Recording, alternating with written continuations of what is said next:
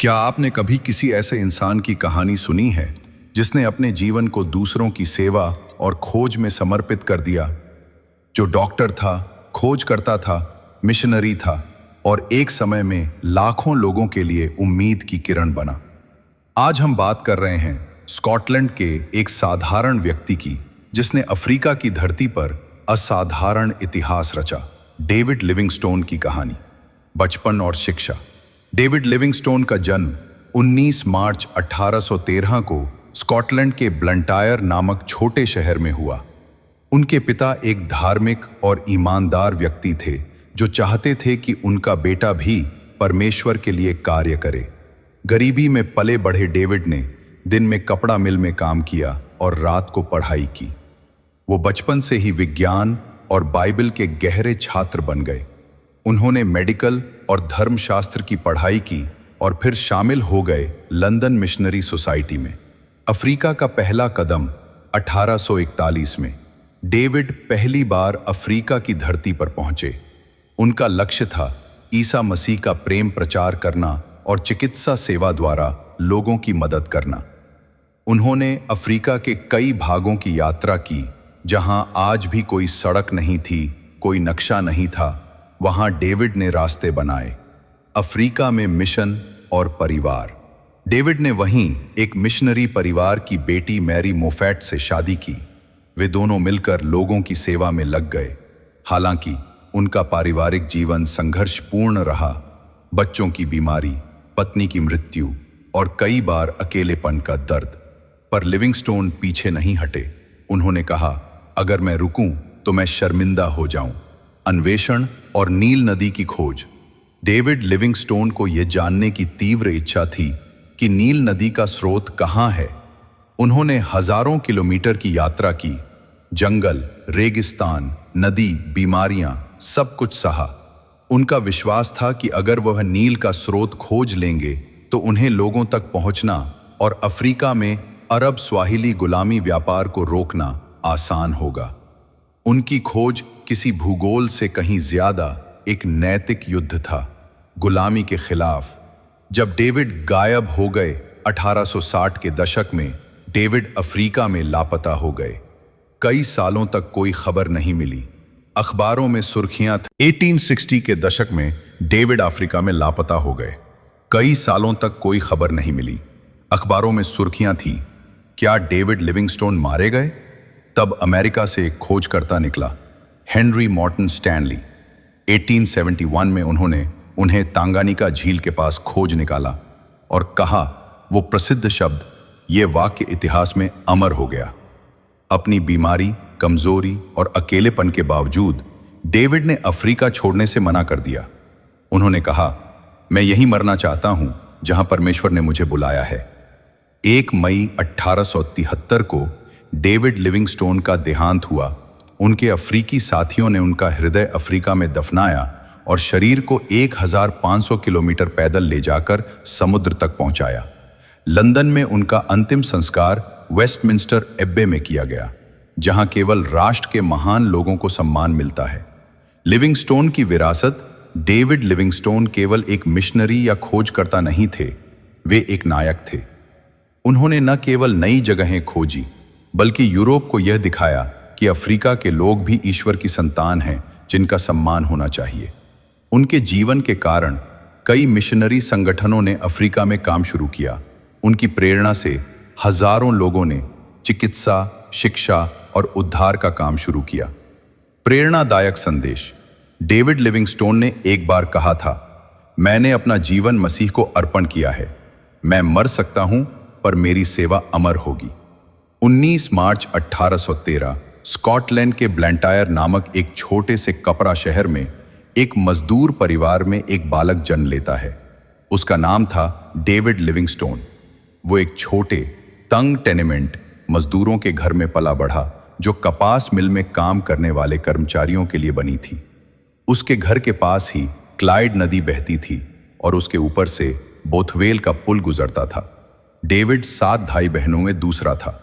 उसका परिवार बहुत गरीब था लेकिन ईमानदारी और मेहनत में विश्वास रखता था। मजदूरी और संघर्ष। जब डेविड केवल 10 साल का था तब उसे और उसके भाई जॉन को कपास मिल में काम पर जाना पड़ा। वे दिन में 14 घंटे मशीनों पर टूटे हुए धागों को जोड़ते। ये काम पिसर कहलाता था। यह थका देने वाला, आंखों और उंगलियों को घायल कर देने वाला काम था। परंतु डेविड हार मानने वाला नहीं था। उसने रात में पढ़ाई शुरू की। उसने स्वशिक्षा से विज्ञान, धर्म और चिकित्सा के विषयों में ज्ञान प्राप्त किया। डेविड के पिता नील लिविंगस्टोन एक धार्मिक व्यक्ति थे। वे रविवार स्कूल चलाते थे और चाय बेचने के दौरान लोगों को बाइबल की शिक्षाएं देते थे। वे चाहते थे कि डेविड केवल धर्मशास्त्र पढ़े, लेकिन डेविड की रुचि विज्ञान में थी। वो अपने गांव के आसपास के चूना पत्थर की खदानों में जाकर पौधों, जानवरों और पत्थरों की खोज में घंटों बिता देता था। नील को डर था कि विज्ञान धर्म को कमजोर करेगा, लेकिन डेविड ने एक रास्ता ढूंढ निकाला। धर्म और विज्ञान का मेल। 1832 में डेविड ने थॉमस डिक की पुस्तक philosophy of a future state पढ़ी। इस किताब ने उसे यह विश्वास दिया कि धर्म और विज्ञान एक दूसरे के विरोधी नहीं हैं, बल्कि एक ही सत्य की खोज हैं। यह पुस्तक बाइबल के बाद डेविड के जीवन पर सबसे गहरा प्रभाव डालने वाली पुस्तक बनी। प्रेरक लोग और चर्च परिवर्तन। डेविड के जीवन में कई प्रेरक व्यक्ति थे। स्थानीय प्रचारक थॉमस बर्क और उसके रविवार स्कूल शिक्षक डेविड हॉग। 15 वर्ष की आयु में डेविड ने स्कॉटलैंड चर्च छोड़कर एक स्थानीय कांग्रीगेशनल चर्च को अपनाया। यह निर्णय राल्फ वॉर्डलॉ जैसे उपदेशकों के प्रभाव से हुआ, जो ये मानते थे कि उद्धार सभी के लिए खुला है। यह विचार अमेरिकी प्रचारक चार्ल्स फिन्नी की शिक्षाओं से मेल खाता था। यह विश्वास डेविड के लिए बहुत महत्वपूर्ण था, क्योंकि अब वो नरक के डर से मुक्त होकर ईश्वर की सेवा कर सकता था। मेडिकल मिशन का सपना। डेविड ने एक बार एक प्रसिद्ध मिशनरी कार्ल गुड्सलाफ की एक अपील पढ़ी, जिसमें चीन में सेवा के लिए चिकित्सा कौशल की आवश्यकता बताई गई थी। उसमें अपने पिता को समझाया कि डॉक्टर बनकर वो भी ईश्वर की सेवा कर सकता है। यहीं से शुरू हुआ डेविड का मिशनरी बनने का रास्ता। विज्ञान, सेवा और विश्वास का संगम। मजदूरी से मिली सहानुभूति। कपास मिल में 10 से 26 वर्ष की आयु तक काम करते हुए डेविड ने संघर्ष, धैर्य और कर्मशीलता सीखी। उसने समानता में विश्वास करना सीखा। जैसे कवि रॉबर्ट बर्न्स की पंक्तियों में कहा गया, जब इंसान इंसान के साथ भाई बन जाए तब सच्ची समानता होगी। एक गरीब कपड़ा मजदूर का बेटा जो विज्ञान और विश्वास के मेल से बना एक ऐसा नायक जिसने दुनिया को बदल दिया। ये तो था सिर्फ शुरुआत। बचपन से ही उनकी जिंदगी कठिनाइयों से भरी थी। सुबह 6 बजे से रात 8 बजे तक वे कपड़ा मिल में काम करते थे। इतनी थकान के बावजूद वे स्कूल भी जाते थे। यही उनकी लगन और जिज्ञासा की शुरुआत थी। उनके पिता ने हमेशा शिक्षा को महत्व दिया। एक दिन चर्च से एक पर्चा आया जिसमें एक मिशनरी कार्ल गुड्सलाफ ने चीन में मिशन के लिए प्रशिक्षित डॉक्टरों की आवश्यकता बताई। 21 साल के डेविड लिविंगस्टोन को यह सपना मिला, एक डॉक्टर बनकर मिशनरी सेवा करना। 1836 में उन्होंने ग्लासगो की एंडरसन यूनिवर्सिटी में दाखिला लिया। यहाँ उन्होंने चिकित्सा, रसायन शास्त्र और धर्मशास्त्र की पढ़ाई शुरू की। वे रिचर्ड वॉर्डलॉ जैसे प्रसिद्ध दास विरोधी प्रचारक के भाषणों में भाग लेते थे। लैटिन भाषा की आवश्यकता थी तो उन्होंने उसे भी सीखा, एक रोमन कैथोलिक डैनियल गैलागर से। उनका दिन पढ़ाई, काम और अभ्यास में गुजरता था। उन्होंने न केवल चिकित्सा का ज्ञान पाया बल्कि जीवन में मित्र भी बनाए, जैसे एंड्रयू बुकानन और जेम्स यंग। 1837 में उन्होंने लंदन मिशनरी सोसाइटी LMS में आवेदन किया। उनकी परीक्षा ली गई, इंटरव्यू हुआ और अंत में उन्हें प्रशिक्षण के लिए चुना गया। उन्होंने ग्रीक, हिब्रू, लैटिन और धर्मशास्त्र सीखा। हालांकि उनके प्रशिक्षक ने उन्हें गंभीर और देहाती कहा, पर उनके चरित्र और मेहनत को देखकर कहा, यह व्यक्ति योग्य है, भले ही चमकदार नहीं। 1849 के अंत में LMS ने उन्हें स्वीकार कर लिया और मेडिकल ट्रेनिंग के लिए लंदन भेजा गया। चेरिंग क्रॉस हॉस्पिटल से उन्होंने चिकित्सा, प्रसूति और वनस्पति विज्ञान की पढ़ाई पूरी की। 16 नवंबर 1840 को वे Glasgow physician and surgeon faculty से मेडिकल लाइसेंस प्राप्त डॉक्टर बने और ठीक 4 दिन बाद 20 नवंबर को लंदन में उन्हें एक मिशनरी पादरी के रूप में अभिषेकित किया गया। जब एक साधारण स्कॉटिश डॉक्टर अफ्रीका की धरती पर पहुंचा तो उसके कदमों ने इतिहास बदल दिया। यह है डेविड लिविंगस्टोन की पहली मिशनरी यात्रा और उनके अद्भुत अनुभवों की कहानी। अफ्रीका में डेविड लिविंगस्टोन की पहली मिशन यात्रा। डेविड लिविंगस्टोन ने 17 नवंबर 1840 को लंदन छोड़ा। वे एक नौका ब्रिग में सवार हुए जो उन्हें केप ऑफ गुड होप ले जा रही थी। उनके साथ थे 2 और मिशनरी, रॉस और उनकी पत्नी। इस लंबे समुद्री सफर में लिविंगस्टोन ने डच और टस्वाना भाषा सीखी और जहाज के कप्तान से नेविगेशन की भी ट्रेनिंग ली। रियो डी जेनेरियो में जब बाकी यात्री जहाज में ही रहे, लिविंगस्टोन अकेले बाहर निकले। उन्हें वहां की सुंदरता तो भाई, पर नशे में डूबे ब्रिटिश और अमेरिकी नाविकों को देखकर वे व्यथित हुए। उन्होंने बार में जाकर उन्हें धार्मिक साहित्य बांटे। 15 मार्च 1841 को उनका जहाज साइमन बे पहुंचा और वहां से वे केप टाउन गए, जहां वे मिस्टर और मिसेस फिलिप के साथ रुके। फिलिप लंदन मिशनरी सोसाइटी के निदेशक थे और मानते थे कि ईश्वर की दृष्टि में सभी मनुष्य समान हैं। यह सोच ब्रिटिश उपनिवेशवादियों और बोर्ड्स के साथ टकराव का कारण बनी। 19 मई से 31 जुलाई तक लिविंगस्टोन और रॉस परिवार ने बैलगाड़ी से एक लंबी यात्रा की और पहुंचे कुरुमन मिशन, जहां वे टस्वाना जीवन में घुल मिल गए। Missionary travels and researches in south Africa, जिसे 1857 में जॉन मरे ने प्रकाशित किया। इस पुस्तक में उन्होंने अफ्रीकी लोगों का सहानुभूतिपूर्ण चित्रण किया और यह प्रस्ताव दिया कि ईसाई मिशन और वैध व्यापार के जरिए अफ्रीका में गुलामी को खत्म किया जा सकता है। ब्रिटेन में उनकी लोकप्रियता तेजी से बढ़ी। वे एक प्रसिद्ध वक्ता बन गए और रॉयल सोसाइटी के सदस्य चुने गए। लोगों ने चंदा इकट्ठा कर उनके अगले अभियान के लिए पैसा दिया और सरकार ने 5000 को अनुदान भी दिया। लेकिन जब उन्होंने अपने भविष्य के व्यापारिक अभियानों की योजना LMS को बताई तो जवाब मिला, हम केवल ऐसे कामों में सहायता कर सकते हैं जो सीधे सुसमाचार प्रचार से संबंधित हों। इस निराशाजनक जवाब के बावजूद उन्होंने तुरंत इस्तीफा नहीं दिया, लेकिन जब सरकार की ओर से जाम्बेजी नदी के अभियान की संभावना बनी तो उन्होंने एक मित्र से कहा, मैं सरकार के साथ पूरी तरह जुड़ा नहीं, पर समाज LMS से लगभग पूरी तरह अलग हो चुका हूं। अंततः 1857 में उन्होंने LMS से इस्तीफा दे दिया और मई में उन्हें ब्रिटिश सरकार का अफ्रीकी कौंसल नियुक्त किया गया। जनवरी 1858 लिविंगस्टोन को ब्रिटिश सरकार ने जाम्बेजी के भीतर एक नई सरकारी अन्वेषण टीम का नेता नियुक्त किया। इस अभियान के लिए एक लोहे की बनी नाव मे रॉबर्ट तैयार की गई, जिसे पर्ल नामक जहाज में रखकर अफ्रीका भेजा गया। 14 मई को वे जाम्बेजी नदी पहुंचे, लेकिन वहां उन्हें पता चला कि कहोरा बासा जलप्रपातों के कारण जहाज की आगे की यात्रा असंभव थी। उनकी योजना में यह महत्वपूर्ण हिस्सा पूरी तरह से चूक गया था। उस क्षेत्र में पुर्तगाली सैनिकों और चिकुंडा गुलाम शिकारी गिरोहों के बीच संघर्ष चल रहा था, लेकिन दोनों पक्षों ने लिविंगस्टोन की टीम को मित्र मानकर उन्हें रास्ता दिया। डेविड लिविंगस्टोन को अफ्रीका का सबसे महान मिशनरी कहा गया, लेकिन उनके जीवन में उन्होंने केवल एक अफ्रीकी व्यक्ति, सेशेले, को मसीह में दीक्षित किया। सेशेले बोत्सवाना के क्वेना जनजाति के प्रमुख थे। 1812 में जन्मे सेशेले ने बचपन में ही पिता को खो दिया और पारिवारिक संघर्षों के कारण 9 वर्षों तक निर्वासन में रहे। जब वे लौटे तो अपने चाचा से सत्ता लेकर जनजाति के नेता बन गए। उन्हीं दिनों उनकी मुलाकात हुई डेविड लिविंगस्टोन से। सेशेले को पढ़ने का बड़ा शौक था। लिविंगस्टोन ने उन्हें 2 दिन में वर्णमाला सिखाई और जल्द ही सेशेले ने अंग्रेजी को अपनी दूसरी भाषा बना लिया। उन्होंने अपनी पत्नियों को भी पढ़ना सिखाया और बाद में बाइबल को अपनी मातृभाषा में अनुवादित किया।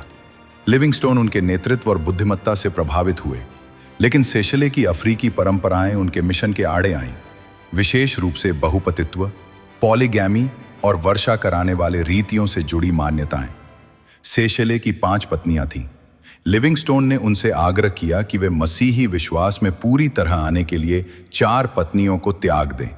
यह फैसला क्वेना जनजाति की नींव को हिला देने वाला था, पर सेशेले ने साहस के साथ पत्नियों को अलग किया। बपतिस्मा हुआ। चर्च ने सेशेले को अंगीकार किया, लेकिन 1 साल बाद उनकी एक पूर्व पत्नी गर्भवती हुई। पिता थे सेशेले। सेशेले ने लिविंगस्टोन से माफी मांगी और विश्वास ना छोड़ने की विनती की, लेकिन लिविंगस्टोन ने अफ्रीका के उत्तर की ओर यात्रा शुरू कर दी, शायद निराश होकर, शायद और आत्माओं की तलाश में। लिविंगस्टोन के जाने के बाद सेशेले ने विश्वास नहीं छोड़ा। उन्होंने खुद मिशनरियों को आसपास की जनजातियों तक पहुंचाया, यहां तक कि पूरी क्वेना जनजाति को मसीही विश्वास में लाया। यूनिवर्सिटी ऑफ बोत्सवाना के इतिहासकार नील पार्सन्स के अनुसार सेशेले ने 19वीं सदी के दक्षिणी अफ्रीका में किसी भी यूरोपीय मिशनरी से ज्यादा मसीही प्रचार किया। साल था 1874। डेविड लिविंगस्टोन ने अपनी डायरी में एक ऐसी बीमारी का वर्णन किया जो ना ही किसी वायरस से फैली थी, ना ही किसी कीड़े के काटने से, बल्कि गुलामी के जख्मों से उपजी थी। उन्होंने लिखा, इस देश में मैंने सबसे अजीब बीमारी देखी, टूटा हुआ दिल, ब्रोकन हार्टेडनेस। ये बीमारी उन आज़ाद लोगों को होती है जिन्हें पकड़कर गुलाम बना दिया गया।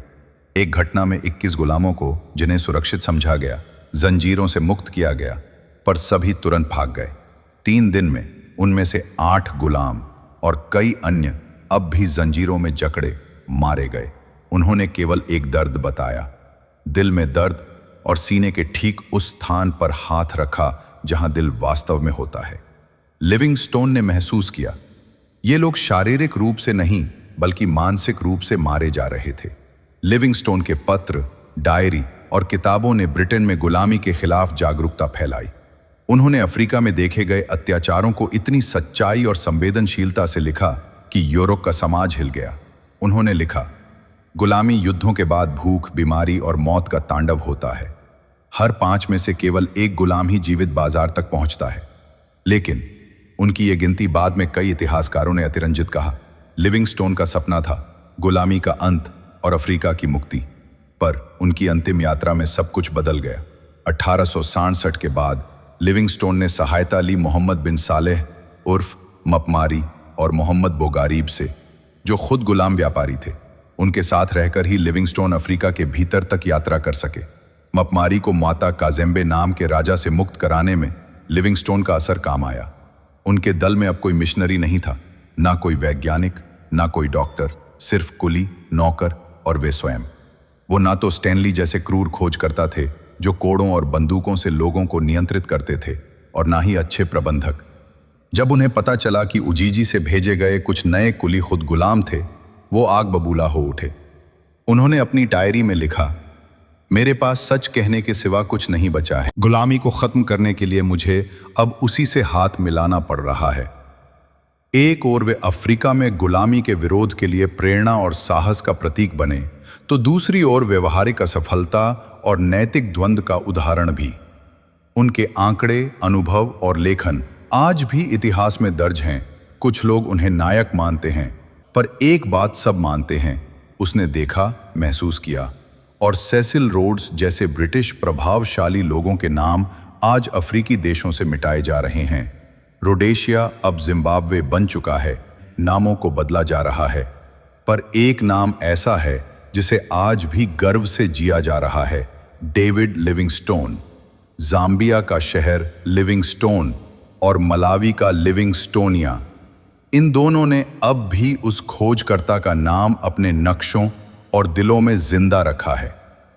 क्योंकि लिविंगस्टोन केवल एक ब्रिटिश नहीं था, वो एक दोस्त था, एक चिकित्सक था और सबसे बढ़कर एक इंसान था जिसने अफ्रीका की पीड़ा को अपनी आत्मा में महसूस किया। सिर्फ अफ्रीका ही नहीं, ब्रिटेन ने भी लिविंगस्टोन की विरासत को सम्मान दिया। 2002 में उन्हें 100 महानतम ब्रिटिश नागरिकों में 98वां स्थान दिया गया। साम्राज्य गिरते हैं, पर एक सच्चे सेवक का नाम इतिहास के पन्नों में अमर हो जाता है। डेविड लिविंगस्टोन, एक नाम, एक विरासत, एक मशाल। हालांकि लिविंगस्टोन एक नायक माने गए, लेकिन उनका जीवन आसान नहीं था। उनकी पत्नी मैरी की अफ्रीका में बीमारी से मृत्यु हो गई। उनके अपने साथी कई बार उन्हें छोड़ गए। बीमारी, अकेलापन और संघर्ष ने उन्हें तोड़ दिया, फिर भी वे रुके नहीं। उनकी खोजों ने भविष्य के मिशन और अफ्रीका में बदलाव की नींव रखी। 1 मई 1873 को लिविंगस्टोन की मृत्यु जाम्बिया में हुई। जब उनके नौकरों ने उनकी मृत्यु देखी तो उन्होंने उनका शरीर इंग्लैंड भेजा, लेकिन उनका दिल वहीं अफ्रीका की मिट्टी में दफनाया गया। आज भी लिविंगस्टोन का नाम अफ्रीका में सम्मान से लिया जाता है। जाम्बिया में शहर लिविंगस्टोन, मलावी में लिविंगस्टोनिया। वहीं लिविंगस्टोन का नाम अब भी जीवित है, एक खोजकर्ता, एक सेवक और एक ऐसे व्यक्ति के रूप में जिसने अफ्रीका को समझा। डेविड लिविंगस्टोन न केवल एक नाम बल्कि एक मिशन। क्या आज हम भी ऐसे जीवन के लिए तैयार हैं जो दूसरों के लिए जिए, खोजे और कुछ बदल दे? वीडियो पसंद आया तो लाइक करें, शेयर करें और सब्सक्राइब करना ना भूलें। मिलते हैं एक और प्रेरणादायक कहानी के साथ।